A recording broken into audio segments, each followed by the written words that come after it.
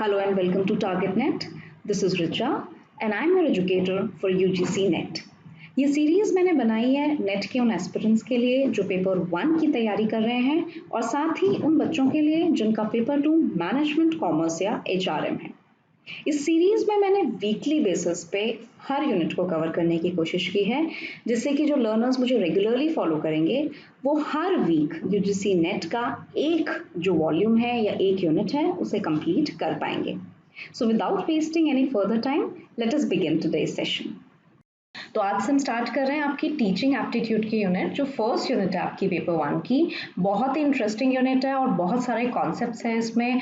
कई बार बच्चों को लगता है कि इजी है, थियोरेटिकल है, लेकिन जब तक कॉन्सेप्ट्स क्लियर नहीं होंगे आजकल क्वेश्चंस जो हैं वो ट्विस्टेड आते हैं, कंसेप्चुअल आते हैं, आपने देखा है। तो सारे ही कॉन्सेप्ट्स को डिटेल में जानना आपके लिए ज़रूरी है। तो मैंने कोशिश की है अब जो वीडियोज़ मैं इस सेक्शन के लिए अपलोड करूँगी वो ड्यूरेशन में छोटे होंगे ताकि आप मल्टीपल कॉन्सेप्ट्स, मल्टीपल टॉपिक को एक टाइम में कर पाएं। तो उसी कंटेक्स्ट में जो आज का हमारा टॉपिक है वो मैक्सिम्स ऑफ टीचिंग का है। मैक्सिम्स क्या होते हैं और कितने तरह के होते हैं आज की क्लास में हम डिस्कस करेंगे और कैसे एग्जाम्पल्स की मदद से क्वेश्चन फ्रेम हो सकता है या आपसे पूछा जा सकता है कि इस मैक्सिम का मतलब क्या है और या फिर कोई सिचुएशनल क्वेश्चन बेस होता है इस पर, तो आप इजीली उसको क्रैक कर पाएंगे। स्टार्ट करते हैं आज का टॉपिक जिसका नाम है मैक्सिम्स ऑफ टीचिंग। सबसे पहले तो मैं आपको ये बता दूं मैक्सिम्स क्या होते हैं, इसको हम जानेंगे और कैसे वो प्रिंसिपल्स से अलग होते हैं। व्हाई? बिकॉज दोनों लगभग एक जैसा लगता है सुनने में कि मैक्सिम्स और प्रिंसिपल्स एक तरह के रूल्स ही हैं जो हमें टीचिंग को एफिशिएंट बनाने के बारे में बताते हैं। बट एक बेसिक डिफरेंस ये है कि जो प्रिंसिपल्स होते हैं वो ज़रूरत से ज़्यादा या कहें मैं एस्टैब्लिश्ड रूल्स होते हैं, तो इसलिए वो क्या होते हैं, वो फ्लेक्सिबल नहीं होते हैं, वो रिजिड होते हैं। जो प्रिंसिपल्स होते हैं वो रिजिड होते हैं और क्या होते हैं, फॉर्मल होते हैं और क्या होते हैं, एस्टैब्लिश्ड होते हैं। तो ज्यादा मैं बोलूंगी रूल्स जिसमें फॉलो किए जाते हैं वो प्रिंसिपल्स के कंटेक्स्ट में होगा, वो भी हम टीचिंग के पढ़ेंगे। लेकिन मैक्सिम्स ऐसी ये भी एक तरह के रूल्स ही हैं, लेकिन ऐसे रूल्स हैं जो टाइम के साथ इवॉल्व हुए, प्रैक्टिस करने से ये कंक्लूड किया गया इन चीज़ों को कि ये चीज़ें टीचिंग के लिए जो होती हैं वो मैक्सिमम बेनिफिट करती हैं। और अगर आप चाहते हैं कि आपकी टीचिंग जो है वो इफेक्टिव हो तो अगर आप इन रूल्स को फॉलो करेंगे तो डेफिनेटली आप डिफरेंस देखेंगे अपनी क्लास में। तो मैक्सिम्स आप कह सकते हैं थोड़े से फ्लेक्सिबल होते हैं इन कंपैरिजन टू प्रिंसिपल्स, और काम वही है टीचिंग को इफेक्टिव बनाना। और उसके प्रिंसिपल्स कह सकते हैं आप टीचिंग को इफेक्टिव बनाने के थोड़े से फ्लेक्सिबल प्रिंसिपल्स या फ्लेक्सिबल रूल्स, लेकिन जो टाइम के साथ लगातार फॉलो किए गए और फाइनली हम इस कंक्लूजन पे पहुंचे कि हाउ टू टीच का जो जवाब है वो इन मैक्सिम्स में छुपा हुआ है। तो एक बार देख लेते हैं डेफिनेशन को। What are maxims of teaching? देखो, maxim is a ground rule or fundamental principle that has evolved over a period of time. Time के साथ evolve हुआ। Maxims of teaching is the enhancement of quality of learning. Very important, learning की quality को enhance करने के लिए। एक होता है आप spontaneous teach कर रहे हैं without any rules, without any क्या बोलते हैं आप उसको, आप किसी guidance के बिना आप वो कर रहे हैं, teach कर रहे हैं, या फिर कोई prior experience नहीं है फिर आप teach कर रहे हैं। लेकिन वहीं आप अगर teaching के कुछ ground rules जो आप आगे आने वाली स्लाइड्स में देखेंगे उनको इस्तेमाल करके अपना लेक्चर डिलीवर कर रहे हैं, क्लास कंडक्ट कर रहे हैं, तो डेफिनेटली जो टीचिंग उसमें से आउटपुट रिलीज होगा टीचिंग के माध्यम से, लर्निंग के माध्यम से, वो क्या होगा, ज्यादा इफेक्टिव होगा। Teaching maxims play an important role in making learning stable and permanent. अगर आप अपनी लर्निंग को, जो आपने बच्चों को, स्टूडेंट्स को लर्निंग जो है वो इनकलकेट की है, उसे आप स्टेबल और परमानेंट करना चाहते हैं, लंबे समय तक वो बच्चे याद रखें उन चीज़ों को, तो उसमें जो इम्पॉर्टेंट रोल प्ले करते हैं वो ये मैक्सिम्स ऑफ टीचिंग है। General ideas and methods of doing the work which prove helpful in the task of teaching are termed as maxims of teaching. सारी ही बातें, पॉइंट्स घूम फिर कर वही बातें कहेंगी। मैंने इन पॉइंट्स को इसलिए इंक्लूड किया है कि स्टेटमेंट के तौर पे अगर आपसे कोई भी चीज़ इनमें से पूछी जाती है तो आपको क्लिक कर जाए कि ये मैक्सिम्स को किसी ना किसी तरह से डिफाइन कर रही है। तो यहाँ भी वही कह रहा है कि जनरल आइडियाज और मेथड काम करना है, आपको क्या करना है, टीचिंग को ही इफेक्टिव बनाना है। उसमें यूज होने वाले आइडियाज और जो मेथड्स है उन्हें मैक्सिम्स कहा जाता है। ये मैक्सिम्स किन्होंने फॉर्मुलेट किए हैं? ये over a period of time psychologist, educationist, इस तरह के जो लोग हैं, एकेडमिक्स से जुड़े हुए जो लोग हैं, उन्होंने इसको फॉर्मुलेट किया है। तो एक तरह से आप यहाँ पे ये वर्ड जो ले सकते हैं कि ये भी एक तरह से फॉर्मूला है इफेक्टिव टीचिंग का, एक एस्टैब्लिश्ड फॉर्मूला इफेक्टिव टीचिंग का है। अब हम आते हैं एक और पॉइंट है, this maxims are reliable and universally applicable, इनको यूनिवर्सली जो है वो अप्लाई किया जाता है। अब देख लेते हैं हम कौन कौन से मैक्सिम्स हैं जो आपको पढ़ने हैं और जिनका डिफरेंस आपको अच्छे से पता होना चाहिए। देखिए 8 मैंने इसमें लिए हैं। Simple to complex, from known to unknown, from seen to unseen, from concrete to abstract, from particular to general, from whole to part, from psychological to logical, and from analysis to synthesis। अब ये word क्या कहते हैं हमें teaching के context में, ये principles जो हैं, ये ग्राउंड रूल्स जो हमें क्या बताते हैं, इनको एक एक करके समझते हैं क्विकली। पहला जो है आपका देखिए क्या है, सिंपल टू कॉम्प्लेक्स। नाम से ही पता चल रहा है कि क्या करना है, the teacher should start with simple thing and proceed to difficult one in a systematic manner. हमेशा टीचर को सिंपल चीजों से स्टार्ट करना है और डिफिकल्ट चीजों को बाद में बताना है बच्चों को। ये देखिए लिखा है, explain simple concepts first and then the complex. The skilful application of this maxim proves to be advantages. ये हर तरह की टीचिंग में एडवांटेजेस जो है वो प्रूव हुई है। अब इसको एग्जाम्पल से समझते हैं। मान लीजिए मैं इंग्लिश ग्रामर पढ़ा रही हूँ और मेरे को पार्ट्स ऑफ स्पीच पढ़ाने हैं, तो पहले मैं क्या स्टार्ट करूंगी, पहले मैं सिंपल नाउन जो है उससे स्टार्ट करूंगी, कॉमन नाउन और प्रॉपर नाउन का डिफरेंस बताऊंगी। तब मैं आगे जाके बच्चों को आगे जो इसके higher level of parts of speech है वहां पर प्रोग्रेस करूंगी। अगर मैं उनको सीधे ही कॉम्प्लेक्स चीजें सिखाने लग जाऊंगी तो वो उसको समझ नहीं पाएंगे। और दूसरा एग्जांपल लीजिए, अगर मैं उनको साइंस पढ़ा रही हूँ और मैंने आपको सीधे साइंस के बड़े बड़े प्रिंसिपल्स पढ़ाने शुरू कर दिए, मैथमेटिक्स में मैंने आपको डेरिवेशन करानी शुरू कर दी, पहले फॉर्मूला आपको समझाया ही नहीं, तो आप कैसे उस चीज को समझ पाएंगे। तो अगर आपको अपने लेक्चर को इफेक्टिव बनाना है तो कोई भी चीज जब आप बच्चों को समझाएं तो हमेशा सिंपल चीज से जब आप कॉम्प्लेक्स की तरफ बढ़ेंगे तो बच्चों को वो चीजें समझ में आएंगी, रजिस्टर होंगी। वहीं आप उनको कॉम्प्लेक्स फिनोमेना या कॉम्प्लेक्स थ्योरी या कॉम्प्लेक्स प्रॉब्लम जो है वो पहले प्रेजेंट करेंगे और फिर उसके बाद सिंपल पे जाएंगे, तो वो एक तरह से रिवर्सिबल प्रोसेस हो जाएगा, उल्टा प्रोसेस हो जाएगा और बच्चों को वो अपील नहीं करेगा, उनकी अंडरस्टैंडिंग में उनको प्रॉब्लम करेगा। तो ये मतलब है पहला रूल का, सिंपल टू कॉम्प्लेक्स हमेशा पढ़ाना चाहिए। और ये हर तरह के सब्जेक्ट के लिए जो होता है ये फॉर्मूला जो है ये काम करता है।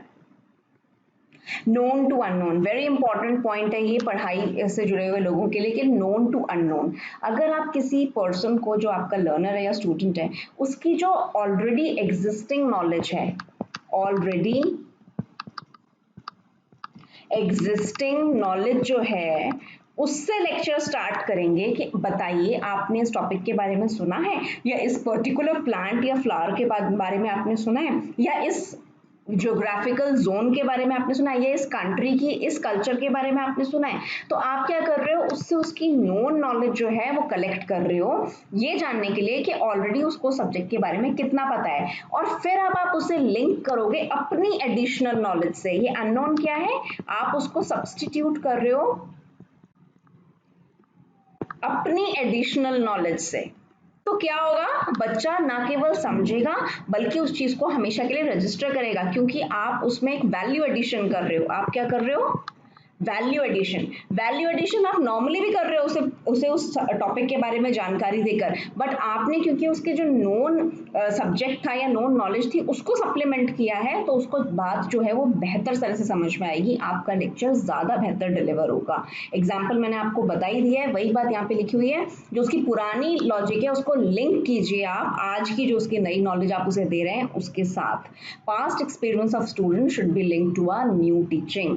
This maxim facilitates learning process and economizes the efforts of teacher and the taught। जो आप उसको पढ़ा रहे हैं और टीचर उसके एफर्ट को क्या करेगा, ये फैसिलिटेट करेगा। एग्जाम्पल मैंने आपको वही बताया, अगर आप किसी कंट्री के रिलीजन के बारे में बता रहे हैं या वहाँ के कल्चर के या लैंग्वेज के बारे में पढ़ा रहे हैं, तो आप पहले पूछिए कि आपने इस कॉन्टिनेंट का या इस कंट्री का नाम सुना है, ये किसके लिए फेमस है। अगर बच्चा उन सारी चीजों को आपको बता रहा है तो एक तो आपने उसमें इंटरेस्ट क्रिएट कर दिया और फिर आपने क्या किया, उसकी नॉलेज को सप्लीमेंट किया एडिशनल नॉलेज से जो आप उसको उस टॉपिक के बारे में समझाना चाहते हैं। तो इसलिए ये बन जाता है एक important maxim.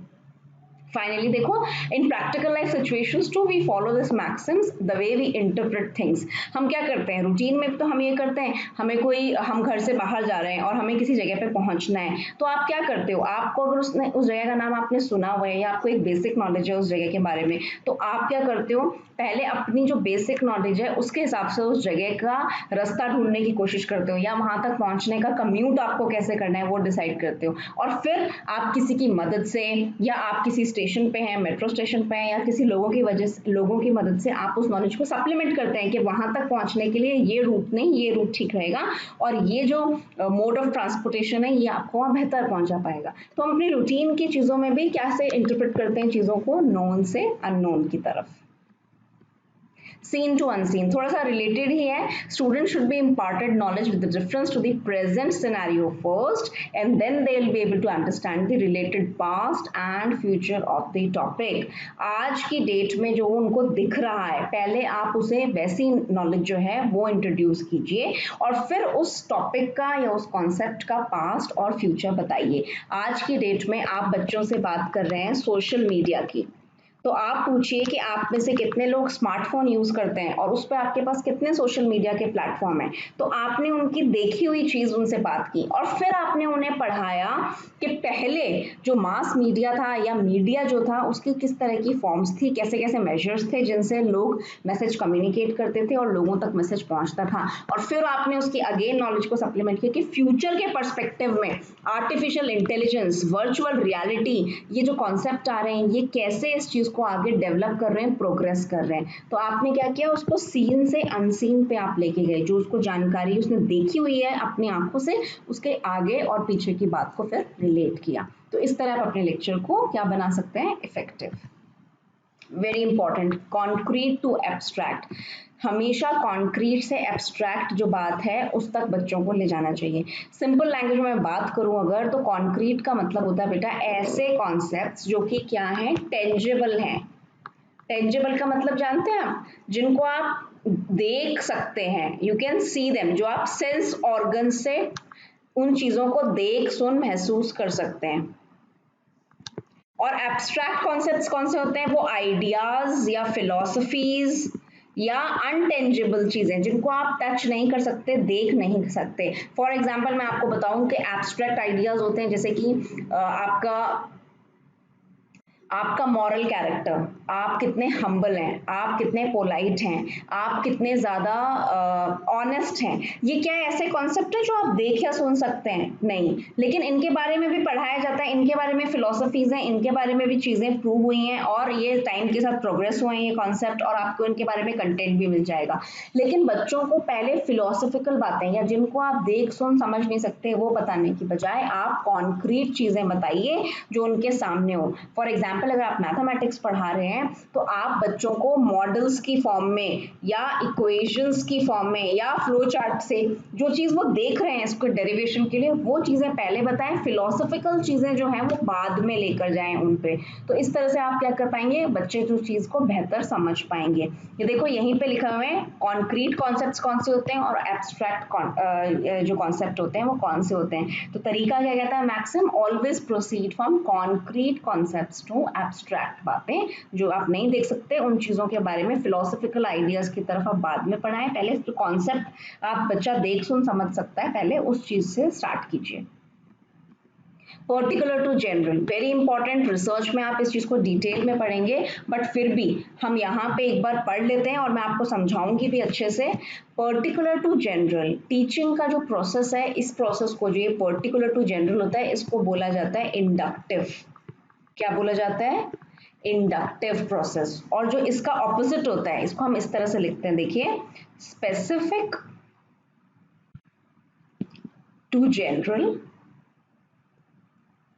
And general to specific. ये दो तरीके होते हैं रिसर्च के भी, किसी भी चीज के, और एजुकेशन के कंटेक्स्ट में भी या कोई भी चीज डिलीवर करने के कंटेक्स्ट में, अंडरस्टैंडिंग के कंटेक्स्ट में इनका मतलब समझते हैं।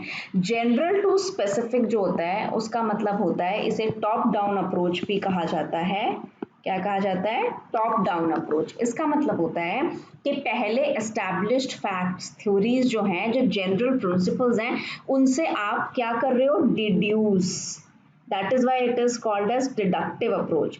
आप डिड्यूस कर रहे हो उससे कुछ, यानी कि आप थ्योरी से एग्जाम्पल्स पे जा रहे हो, आप एक एस्टैब्लिश्ड फैक्ट जो है उससे आप कंक्लूजन निकाल रहे हो। हाँ, तो जनरल और स्पेसिफिक में आप क्या कर रहे हो, मान लीजिए आपको ये पता है that all men are mortal, आपको पता है ऑल मेन आर मॉर्टल, ये एक एस्टैब्लिश्ड थ्योरी है। हर आदमी क्या है, हर आदमी क्या है, वो मॉर्टल है। एंड में क्या होता है, वो उसको वो डेथ को क्या करता है, एनकाउंटर करता है, कोई भी अमर नहीं होता।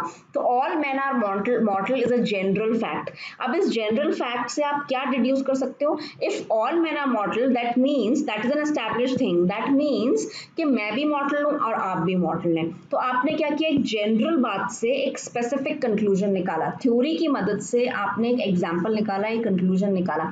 बड़ी चीज से, ऑलरेडी एस्टैब्लिश्ड चीज से आपने कोई स्पेसिफिक बात को क्या किया, डिड्यूस किया।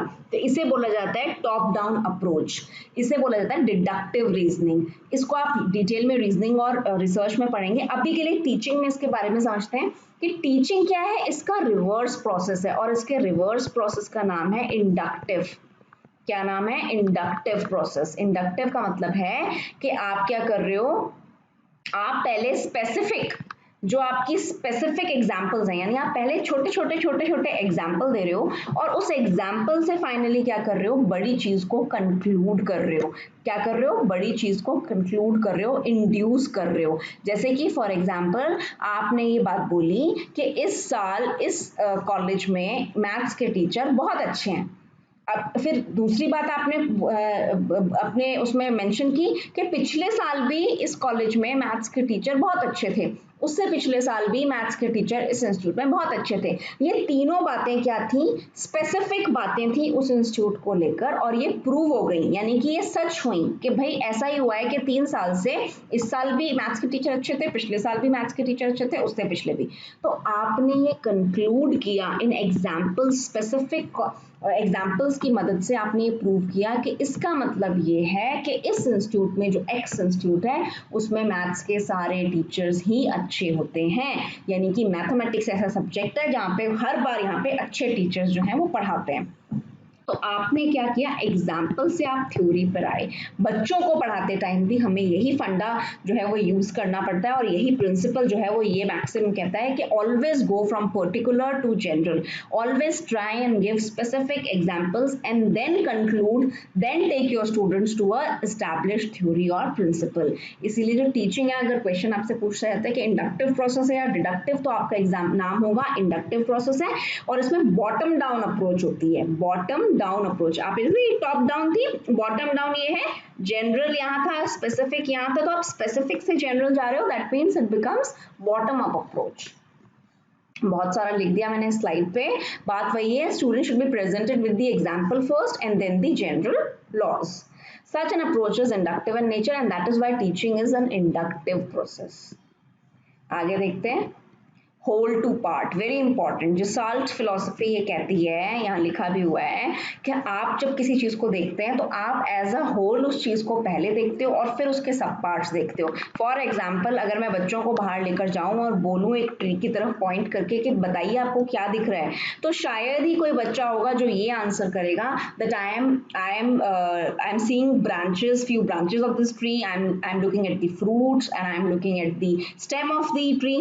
जबकि ज्यादातर बच्चों का जवाब होगा कि हम एक पेड़ को देख रहे हैं। तो क्या इससे पता चलता है कि आपको हमेशा अपनी टीचिंग के टाइम पहले जो पूरा चीज है, पूरा कॉन्सेप्ट है, अगर आप ग्रेविटेशन पढ़ा रहे हैं तो टोटलिटी में ग्रेविटेशन, अगर आप क्या बता रहे हैं, आप मशीन की फंक्शनिंग बता रहे हैं, आप टेक्नोलॉजी में कंप्यूटर की फंक्शनिंग बता रहे हैं, तो आप पहले कंप्यूटर के बारे में बताइए और फिर उसके पार्ट्स के बारे में बताइए। जैसे कि यहाँ ट्री वाले एग्जाम्पल में ट्री के बारे में टोटलिटी में बच्चों को इंट्रोड्यूस कीजिए टॉपिक, और फिर उसके बाद बात कीजिए कि आज हम इसके पर्टिकुलर ब्रांच के, पर्टिकुलर फ्रूट की ये बात करने वाले हैं। तो हमेशा होल से पार्ट की तरफ जो है वो प्रोग्रेस करना चाहिए, इस मैक्सिम का ये मतलब है। यही देखिए, introduction of topic and dividing it into sub parts is important. Psychological to logical, another important concept, psychological to logical. हमेशा लर्नर या स्टूडेंट की जो साइकोलॉजिकल नीड्स हैं पहले उन्हें एड्रेस कीजिए, उनको कंफर्ट, अंडरस्टैंडिंग, ये सब चीज़ें, सही जगह, एक इमोशनल सपोर्ट, ये सब चीज़ें दीजिए और बाद में लॉजिकल चीज़ों की तरफ के उसका आप उनको लॉजिक बता रहे हैं उस कॉन्सेप्ट का, बाद में उस पर मूव कीजिए। फॉर एग्जाम्पल जो हमारे छोटे यंग लर्नर्स होते हैं उनके लिए साइकोलॉजिकल ऑर्डर बहुत इंपॉर्टेंट होता है, वाइल ऑन द कॉन्ट्ररी जो हमारे हाई लर्नर्स होते हैं या बड़ी उम्र के जो लर्नर्स होते हैं उनको क्या चाहिए होता है, हर चीज का लॉजिक चाहिए होता है। Until unless you satisfy them with the logic of the concept तब तक वो उस बात को नहीं समझेंगे। वहीं जो छोटे लर्नर्स होते हैं उनकी जो साइकोलॉजिकल, उनकी सेफ्टी नीड्स हैं, उनको एक जिसे कहते हैं क्लोज्ड एंड सेफ एनवायरनमेंट चाहिए पढ़ने के लिए, वो हो गया। और क्या हो गया, उनकी अंडरस्टैंडिंग कर रहे हो आप, उनके एम्पैथेटिक हो तो उनको क्या होगा, वो पहले कंफर्टेबल होंगे उसके बाद वो लॉजिक तक पहुंचेंगे। तो टीचिंग में भी हमें यही सीक्वेंस फॉलो करना होता है। Psychological needs of students should be catered first and then a teacher should go into the logical arrangements. इससे क्या कर पाओगे आप, टीचर बच्चों को एंगेज कर पाओगे अपनी नीड के अकॉर्डिंग। एनालिसिस टू सिंथेसिस का मतलब होता है बेटा कि किसी भी नाम से आप देखिए एनालिसिस और सिंथेसिस। एनालिसिस का मतलब होता है ब्रेक डाउन करना डिफरेंट पार्ट्स में। एक जो मेन टॉपिक है उसको सब पार्ट्स में आप डिवाइड कीजिए और इंडिविजुअली उन चीजों को जो है वो स्टडी कीजिए। And once you are done with the individual studying then you try and compile those things. आप उनको इकट्ठा करते हो और फाइनली उसके कंक्लूजन को इकट्ठा करके आप सिंथेसिस करके, यानी कि पहले आपने ब्रेक डाउन किया और अब आपने सिंथेसिस किया, यानी कंबाइन किया उसे फाइनल कॉन्सेप्ट में, और आपको फिर क्या हुआ, वो बात समझ में आ गई। यही मतलब है एनालिसिस टू सिंथेसिस का। For a better understanding a problem should be divided into constituent elements and analyzed separately, and then the parts can be combined to solve the whole problem by synthesizing. For example, अगर मान लीजिए आप communication का process पढ़ रहे हैं, types of communication पढ़ रहे हैं, तो अगर आपको सारी ही टाइप्स को आप डिवाइड करके पढ़ेंगे और हर टाइप के बारे में जब आपने पढ़ लिया तो आप फाइनली ये कंक्लूड कर पाएंगे कि जो कौन सा टाइप जो है वो ऑर्गेनाइजेशन के कंटेक्स्ट में सबसे ज्यादा रेलेवेंट है। मान लीजिए ये क्वेश्चन था तो आपने क्या किया, पहले उसको पार्ट्स में डिवाइड किया, सबको इंडिविजुअली स्टडी किया and then finally you compiled it, you concluded it, आपने उससे कंक्लूजन निकाल के सिंथेसाइज करके इकट्ठा करके जो था वो मेन प्रॉब्लम को एड्रेस किया। तो यही इस मैक्सिम का कहना है कि always go from analysis to synthesis. तो ये कुछ और मैक्सिम्स थे जो मैंने आपके लिए लिए थे, 5 और मैक्सिम्स हैं, इनके एक बार नाम और इनका मतलब समझ लेते हैं। पहला देखिए क्या है, एम्पेरिकल टू रैशनल। एम्पेरिकल का मतलब होता है एक्सपीरियंस पे बेस्ड, एक्सपीरियंस पे बेस्ड लर्निंग, और रैशनल का मतलब होता है लॉजिक पे। इसको आप दूसरे शब्दों में कहें तो आप वही बोल सकते हैं, इसको स्पेसिफिक से हमेशा जनरल जाइए। एक्सपीरियंशियल लर्निंग है उससे आप लॉजिक की तरफ जाइए, पहले पर्टिकुलर एक्सपीरियंस जो आपने चीज नोटिस की है, एग्जामिन की है, वो बताइए और उन एग्जाम्पल्स की मदद से आप एक लॉजिकल कंक्लूजन पे पहुंचिए। तो इस मैक्सिम का ये मतलब है। सेल्फ स्टडी बच्चों में इंड्यूस करना, उन्हें ये कॉन्सेप्ट की तरफ मोटिवेट करना कि आपको लगातार in process of learning you must pay attention on self study. सिर्फ आप टीचर के ऊपर रिलाय ना कीजिए या क्लासरूम स्टडी के ऊपर रिलाय ना कीजिए, आप सेल्फ स्टडी के लिए भी मोटिवेट करना जो होता है वो मैक्सिम्स का पार्ट है। इनडेफिनेट टू डेफिनेट वही बात है कि आप अपने जो लेक्चर का कंटेंट है अगर आप उसे इनडेफिनेटली प्रेजेंट करेंगे तो सब चीजें हैफजर्ड हो जाएंगी, बच्चों को समझ में नहीं आएंगी। वहीं आप अगर एक प्लान्ड वे में, डेफिनेट वे में अपने लेक्चर को स्ट्रक्चर करेंगे और डिलीवर करेंगे तो बच्चों को भी कॉन्फिडेंस आएगा, बच्चों को फेथ होगा टीचर के ऊपर कि हाँ ये टीचर मुझे आज या इस टाइम तक ये टॉपिक्स इस फॉर्म में कंप्लीट करा देगा। तो always move from indefinite to definite. And training of senses very important. 5 senses की जो ट्रेनिंग है मॉन्टेसरी और फ्रोबेल ने जो प्रपोज की थी उनके बारे में भी, कि उसके विजुअल जो सेंसेस हैं, उसके ऑडिटरी जो सेंसेस हैं, वो सारी सेंसेस जो हैं टाइम के साथ टीचिंग के प्रोसेस में इंप्रूव करें। ये भी मैक्सिम्स है, ये भी एक ग्राउंड रूल है। और फॉलो नेचर। नेचर का मतलब यहाँ पे नेचर से नहीं है, जो प्रकृति है उससे नहीं है, बल्कि स्टूडेंट के नेचर से है कि एक टीचर को ऐसी एक्टिविटीज जो है वो असाइन करनी चाहिए, एलोकेट करनी चाहिए, कंडक्ट करानी चाहिए बच्चों के नेचर को ध्यान में रख के, उसकी स्पेसिफिक कैपेबिलिटीज को, उसके पॉजिटिव एस्पेक्ट्स को, ताकि उसको ग्रूम करके हम क्या कर सकें, उस एरिया में उस बच्चे को प्रोग्रेसिव बना पाए, उसको प्रोग्रेस दिला पाए। तो ये कुछ और मैक्सिम्स थे 5 जो हमने एंड में डिस्कस किए हैं, और ये इस टॉपिक के साथ हमने सारे ही मैक्सिम्स जो हैं वो टीचिंग के कवर कर लिए हैं। That was all for today's session. अगर आज के सेशन में आपको कोई डाउट है या आप कोई क्वेश्चन पूछना चाहते हैं तो मुझे कमेंट सेक्शन में लिखकर ज़रूर बताइएगा। और अगर आज का सेशन आपको अच्छा लगता है then do like, subscribe and share my channel. Thank you so much and see you in the next session. Bye bye.